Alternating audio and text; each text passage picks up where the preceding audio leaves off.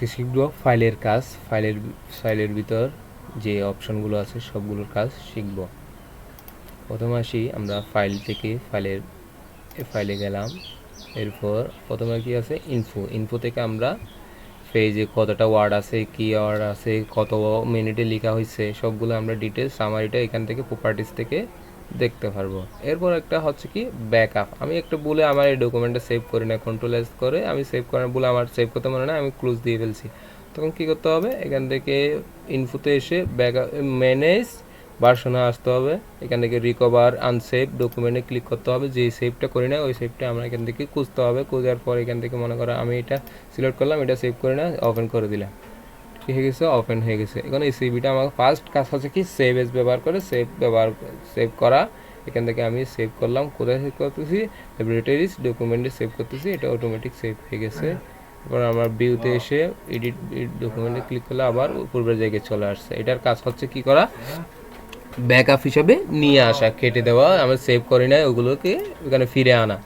এরপর কি আছে নিওর কাজ হচ্ছে কি করা, নিওর কাজ হচ্ছে কি আমার একটা ডকুমেন্ট আছে, এই ডকুমেন্টটা আমি চাচ্ছি কি আর একটা ডকুমেন্ট করতে চাচ্ছি, কন্ট্রোল এন নিয়ে যে কাজটা করে আর কি, ওই কাজটা আমরা এখান থেকে এসে কন্ট্রোল এন নিয়ে এখান থেকে নিউ পাতা পেজ প্রয়োজন, তাহলে আমরা এখান থেকে ব্ল্যাঙ্ক ডকুমেন্ট নিতে পারি অথবা যে কোনো একটা ফরম্যাটে সোর্স করতে পারি এখান থেকে যেটা প্রয়োজন। আমরা নর্মাল অবস্থায় ব্ল্যাঙ্কই বেশি কাজ করি, এগুলো কাজ ব্যবহার করি না। ব্ল্যাঙ্কে সিলেক্ট করলে একটা নতুন পেজ সৃষ্টি হয়ে গেছে। এটার কাজ হচ্ছে কি, এরপরে আছে কন্ট্রোল এন বলছি, নিউর শর্ট কমান্ড হচ্ছে কন্ট্রোল এন, নিচে একটা ডকুমেন্ট ওপেন করা, কন্ট্রোল এন ওপেনের কাজ কি, ফাইল থেকে ওপেনের কাজ হচ্ছে কি করা, পূর্বে তৈরিকৃত সেভ করা ফাইলগুলো পুনরায় আবার কি করা দেখা, বা আমি এটা সেভ করবো অথবা আমি এটা ওপেন করলাম কোনো একটা আমার যে ডকুমেন্টগুলো আমার ল্যাপটপ আছে সব ল্যাপটপের ডকুমেন্টগুলো আমি বাংলা এটাতে যে এক্সাম বরিশাল বোর্ড এখানে ক্লিক করলাম, আমার পূর্বে তৈরি করা ডকুমেন্টে আমরা অতি সহজেই ঢুকতে পারি এই ওপেনটা ব্যবহার করে। এরপর কি আছে সেভের কাজ, আমরা এই আইকনেও পাচ্ছি অথবা কন্ট্রোল এসও পাচ্ছি অথবা ফাইলে গিয়ে আমরা সেভ ব্যবহার করতে পারবো। এটা কী করা আছে, সেভ করা আছে, আমি সেভ এস ব্যবহার করতেছি। সেভ এস ব্যবহার করে কোথায় সেভ করলাম, আমি ব্রাউজ করলাম ডেস্কটপ, আমি ডেস্কটপ সিলেক্ট করে দিব এখান থেকে, এই জায়গা থেকে কী করবো ডেস্কটপ কোন জায়গায় আছে ওটা সিলেক্ট করে দিলাম, আমি ডেস্কটপে সেভ করবো, যে আছে বরিশাল বোর্ড, সেভ করলাম, এখন সেভ হয়ে গেছে। এরপর আমরা একটু মিনিমাইজ করে দেখি এটা হয়েছে কিনা। সেভ এস ব্যবহার করছি, দেখেন বরিশাল বোর্ড এটা নামে সেভ হয়ে গেছে। দেখেন আবার এই সিভিটা একটু অপেক্ষা করতে হবে, তো ওপেন হয়ে গেছে। দেখেন বরিশাল বোর্ড ডেস্কটপে সেভ হয়ে গেছে, এটা হচ্ছে ওইটার কাজ। এরপর কি আছে প্রিন্টটা আমরা সাধারণত বুঝি, এখান থেকে আমরা এই পেজটা আমার প্রিন্ট আউটে বাইর করতে হচ্ছে অথবা এই পেজটা আমার কাগজে পরিণত করতে হচ্ছে, তাছাড়া আমরা কন্ট্রোল পি দিতে পারি অথবা এখান থেকে প্রিন্টে এসে প্রিন্টে দিতে পারি। আমার যদি প্রিন্টার কানেক্ট থাকে আমরা কয় পেজ বাইর করবে সেটা পেজের নাম্বারটা এখানে দিয়ে দিব, আমি 5 পেজ বাইর করতে 5 দিলাম, এখান থেকে প্রিন্ট দিলে আমার যদি প্রিন্টার থাকে প্রিন্টের নামটা এখানে শো করবে, তারপর প্রিন্ট দিলে অটোমেটিক কাগজে পরিণত হয়ে যাবে।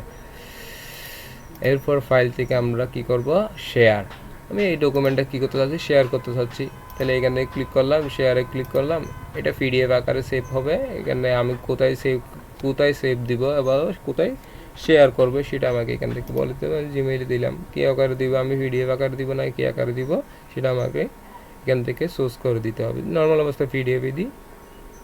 এরপর আছে এক্সপোর্ট, আমি এই সিভিটা আমি অন্যজনকে শেয়ার করতে চাচ্ছি, সেম এক্সপোর্ট ডাউনলোড করতে চাচ্ছি অথবা কোনো কিছু করতে চাচ্ছি পিডিএফ আকারে, এখান থেকে পিডিএফ এক্সপোর্টে ক্লিক করলাম, পিডিএফ আকারে এটা সেভ হয়ে যাবে, বুঝে গেছে। এরপর আমি কোথায় সেভ করি সেটা বলে দিতে হবে।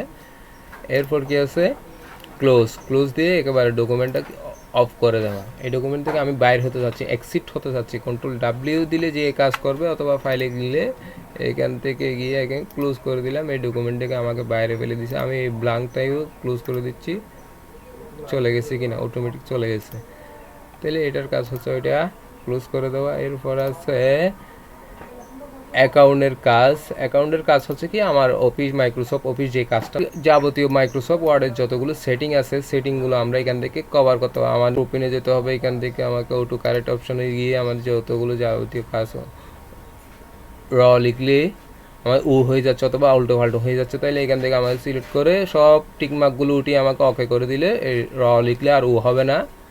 এরপর একটা অপশন আছে এখান থেকে হিডেন আইকন, এইখান থেকে আমাদের গ্রামার মিস্টেক হয়েছে অথবা আমার সেন্টারের জায়গায় সি এ দিয়ে ফেলছি, সেন্টারের জায়গায় সি ই এন না দিয়ে আমি সি এ দিয়েছি, সেন্টারটা ভুল হয়েছে না বানানটা, তাহলে বানানটা ভুল হলে আমার এখানে যদি টিকমার্কটা উঠে দিই তাহলে টিকমার্ক এইখানে রং দেখাবে, টিকমার্কটা দেখা দিলে ওই লাল মার্কটা দেখা যাবে, লেখার নিচে যদি কোনো ওয়ার্ডটা ভুল হয় তো সেটা আমাকে সংশোধন করতে দেখা দিবে।